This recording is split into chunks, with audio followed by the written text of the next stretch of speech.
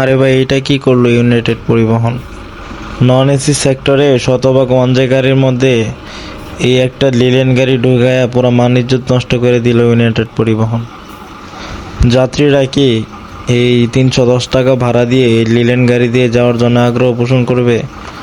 মনে তো হয় না।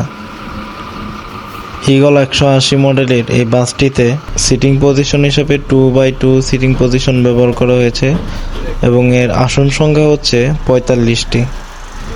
এবং আপনি যদি বাসের ইন্টেরিয়রের দিকে একটু লক্ষ্য করেন তাহলে দেখতেই পারবেন যে বাসের ভিতরে যে ইন্টেরিয়র খুবই আকর্ষণীয় এবং গর্জিয়াসভাবে তৈরি করা হয়েছে এবং ভিতরের লাইটিংগুলোর মাধ্যমে এই বাসটিতে আরও গর্জিয়াস লুক দেওয়ার চেষ্টা করা হয়েছে ইউনাইটেড পরিবহনকে। এখন আমার কাছে প্রশ্ন একটা, আপনার কাছে কি মনে হয় যে ইউনাইটেড পরিবহনের যে যাত্রীগুলো তারা কি 310 টাকা দিয়ে এই নন এসি বাসকে গ্রহণ করে নেবে?